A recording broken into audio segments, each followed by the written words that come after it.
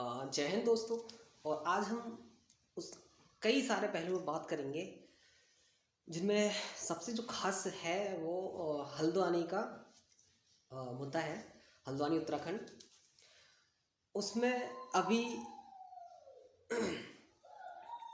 वहाँ के जो स्थानीय जो लोग हैं उनको एक नोटिस मिला है और उसमें करीब ऐसे 4,000 परिवार हैं जिनको नोटिस मिला है और उसमें कहा गया है कि आप 7 दिनों के अंदर यहाँ का जो इंक्रोचमेंट यानी अतिक्रमण है उसको खाली कर दें, अपने सारे मकान को खाली कर दें। तो इस चीज़ को लेके बहुत सारी चर्चा हो रही है और बहुत चर्चा में है, तो हमने कहा कि इस पे भी कुछ डिटेल में बात की जाए। तो इसी वीडियो को लेके मैं आपके सामने आया हूँ और इसमें बहुत सारी डिटेल्स में चर्चा करेंगे। इसमें कई सारे पहलू हैं, रेलवे, सरकार, पार्टी, वहाँ के लोग और इतिहास के बारे में भी बात करेंगे। तो इन सब पहलुओं में हम बात करेंगे और मैं आपके सामने फिर इस वीडियो के साथ इसीलिए आया था कि डिटेल में हम बहुत सारी चर्चा कर सकें। तो मैं यहाँ से थोड़ा ऐतिहासिक बात कर लेते हैं। यहाँ पे जो रेलवे लाइन के पास में जो अतिक्रमण के नाम पे जो लोग वहाँ पे रह रहे हैं, यानी जो वहाँ के जो निवासी हैं, वो अभी का कोई मैटर नहीं है, बहुत पुराना मैटर है, अंग्रेज़ों के टाइम से चला आ रहा है। तो जब अंग्रेज़ों के टाइम से जब मैटर है, तो वो अंग्रेज़ जब यहाँ से गए थे तो वहाँ पे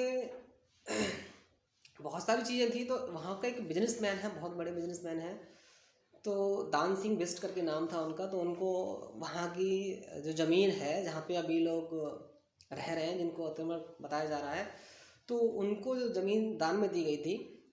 तो वहाँ वो दान सिंह जो बिस्ट थे वो बहुत बड़े व्यापारी थे लकड़ी का, और उसी के लकड़ी के नाम पे वहाँ पे काठ गोदाम नाम से एक रेलवे स्टेशन भी है जो कि उसी से बिलोंग करता है।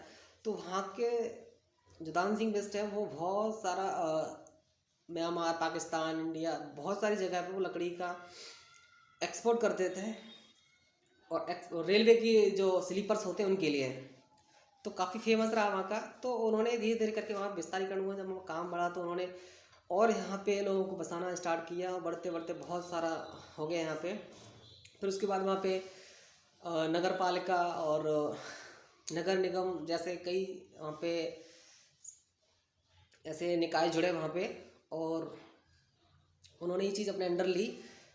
तो जब ये चीज़ अंडर, तो उस समय की जब ज़मीन जो थी वो वहाँ पे 30 एकड़ बताई जा रही थी, 29-30 एकड़ बताई जा रही थी। लेकिन अभी के मामले में जो रिपोर्ट निकल के आ रही है वहाँ पे करीब 78 एकड़ जो ज़मीन है वो वहाँ पे अतिक्रमण वहाँ पे लोगों ने कर रखा है।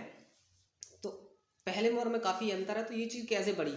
तो पहले जब अंग्रेज़ों के टाइम पे थी वहाँ पर, तो कुछ लोगों ने वहाँ पे जो है लीज जो है और जो वहाँ पे ज़मीन जो है वो लीज पे ले रखी थी, 90 साल की लीज पे। तो अब देखा जाए टेक्निकली तो वो 90 साल भी पूरे हो चुके हैं और एक तरह से वो भी क्या है कि सरकार की ज़मीन हो गई है। तो रेलवे का वहाँ पे 1890 से ही वहाँ पे रेलवे ने अपना जब लेन बिछाने का काम किया। तो जब रेलवे जब कोई भी प्रोजेक्ट इतना बड़ा लगाती है, यानी कोई भी लेन या पटरी बिछाती है, तो वहाँ पे बहुत सारा पटरी के साथ साथ वहाँ कम से कम 5.5-6 मीटर का जो एरिया है वो अपने आप में कवर करती है, ताकि उन्हें कोई बड़ी बोगीज या फिर बोगीज पे रखे कुछ सामान होते हैं जो काफ़ी बड़े होते हैं, जैसे कभी सेना के लिए वो टैंक वगैरह ले जाने पड़े या फिर कुछ ऐसे बहुत सारी चीज़ें हैं जो ले जानी पड़े। तो उसके लिए बहुत सारा उन्हें स्पेस चाहिए होता है। उस तरीके से वो लोग बहुत सारे स्पेस रखते हैं और उसी स्पेस में जाके वो लोगों ने यहाँ पे अतिक्रमण किया है। तो उसी को लेके बहुत सारा चर्चा चल रही है। तो जब मैं फिर वही पॉइंट पे आता हूँ, तो जब उन्होंने जो दान सिंह बिस्ट थे उन्होंने जब बहुत लोगों को बसाया, वहाँ से बहुत सारा कारोबार किया, तो वहाँ पे धीरे धीरे ये सब बढ़ता गया। और नगर निगम में फिर सरकारों को एक चीज़ होती है, सरकार अपने एक स्कीम लेके आती है जिनकी खाली पड़ी हुई जगह हो या फिर ऐसी जगह जहाँ पे लोग रह रहे हैं।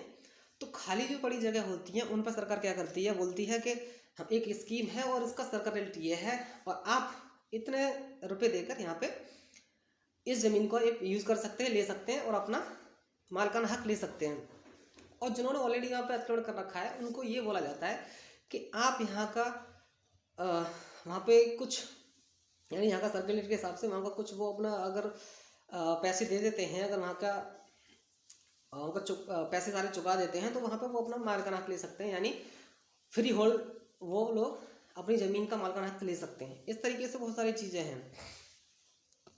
तो धीरे धीरे करके ये सारा बढ़ता गया और वहाँ पे बहुत सारे कॉलेजेस प्राइवेट सरकारी स्कूल्स, मस्जिदें, मंदिर। अभी जहाँ जिस 70-78 एकड़ के बारे में जो बात की जा रही है, वहाँ पे सरकारी स्कूल कॉलेजेस भी हैं, वहाँ पे मस्जिद भी हैं, मंदिर भी है, और कई जो वहाँ पे हेल्थ केयर वहाँ पे सेंटर भी हैं।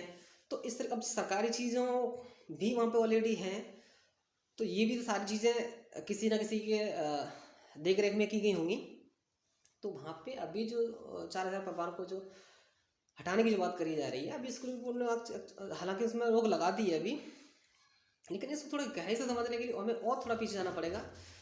यहाँ पे एक बार क्या हुआ था कि यहाँ पे एक पुल बना था 2004 में जब पुल बना था तो 2008 में ही वो पुल क्या है कि ढह गया था, यानी 4 साल बाद ही पुल ढह गया था। तो वहाँ के कुछ प्रबुद्ध लोग हैं, उन्होंने याचिका डाली और जनहित याचिका डाली और PIL फाइल की। तो वहाँ पे पता लगा, उन्होंने पूछा उसमें कि पुल इतनी जल्दी कैसे ढह गया, उसमें क्या मानक है कि इंजीनियर्स की कमी है, मेटेरियल की कमी है, या फिर कोई और वजह रही है, इसको सार्वजनिक किया जाए। तो वहाँ पे जो रिपोर्ट निकल के आई थी, उसमें ये बताया गया था कि वहाँ पे जो पुल बना था वो, और भी उसमें कई कारण थे, लेकिन मेन जो कारण था वो ये था, वहाँ पे अवैध खनन। तो जब अवैध खनन वहाँ बताया गया, तो फिर उनसे भी फिर से ये पूछा गया कि अवैध खनन वहाँ पे क्यों हो रहा है, तो क्यों हो रहा है और कौन कर रहे हैं।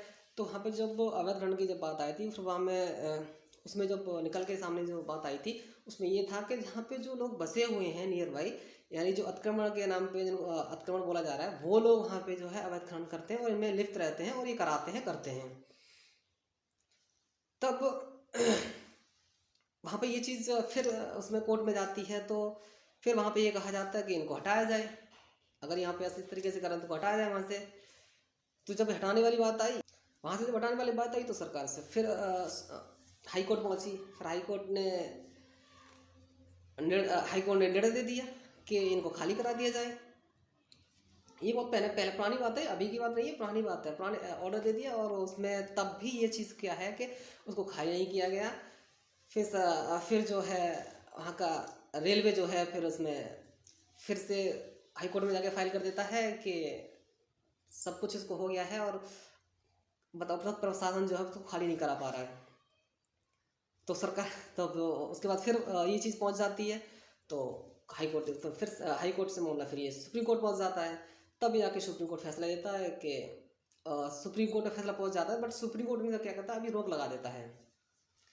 तो इसमें और भी कई तो इसमें एक चीज़ और देखने वाली है, वहाँ के जो स्थानीय निवासी हैं उन्होंने इस चीज़ को माना है और सामने पेपर्स भी, डॉक्यूमेंट्स दिखाए प्रॉपर कि ये हमारे पास मालिकाना हक है। और ये उन्होंने आज़ादी से पहले तक के डॉक्यूमेंट्स उन्होंने दिखाए हैं, जिनके पास हैं अवेलेबल, हालांकि किसी के पास नहीं होते हैं, लेकिन जिनके पास है उन्होंने दिखाए हैं। और ये मालिकाना अपना हक दिखाया है कि हमारे पास ये प्रॉपर पेपर, और वहाँ पे ये उनके पास पेपर है। और एक चीज़ और, वहाँ पे नगर निगम है, वहाँ पे तो हाउस टैक्सेस भी जाते हैं उनकी, उन्होंने रसीद तक दिखाई है कि हमारे पास सब कुछ आधिकारिक तौर पे हो रहा है, हमारे पास अधिकार है मालिकाना, और सरकार इस पर टैक्स ले रही है, हम तो टैक्स दे रहे हैं।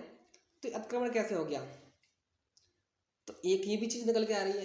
तो अब यहाँ पे सरकार का जो पहलू है, सरकार ने कहा है कि जब माननीय सुप्रीम कोर्ट का जो फैसला है, हाई कोर्ट ने तो इसको खाली करने का दे दिया था, बस सुप्रीम कोर्ट ने इसको रोक लगा दी इस पर।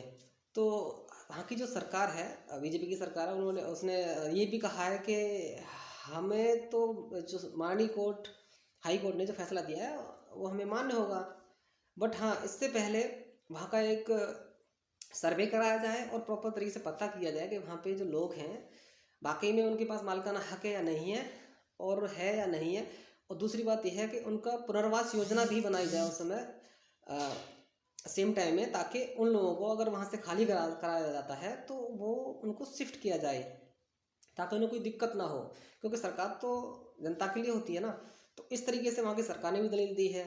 रेलवे ने अपना माना है कि वहाँ पे रेलवे ने अपनी सफाई दी है कि वहाँ पे जब हम सेना के लिए कुछ भी हम वहाँ पे बड़ी बड़ी गाड़ियाँ कुछ लेके जाते हैं तो हमें स्पेस इतना नहीं मिल पाता है, वहाँ की इतनी क्राउडेड है वहाँ पे जो अतिक्रमण के नाम है वहाँ पे इतना क्राउडेड एरिया हो गया है कि रेलवे को वहाँ पे जो है स्पीड रेस्ट्रिक्शंस लगाने पड़ते हैं।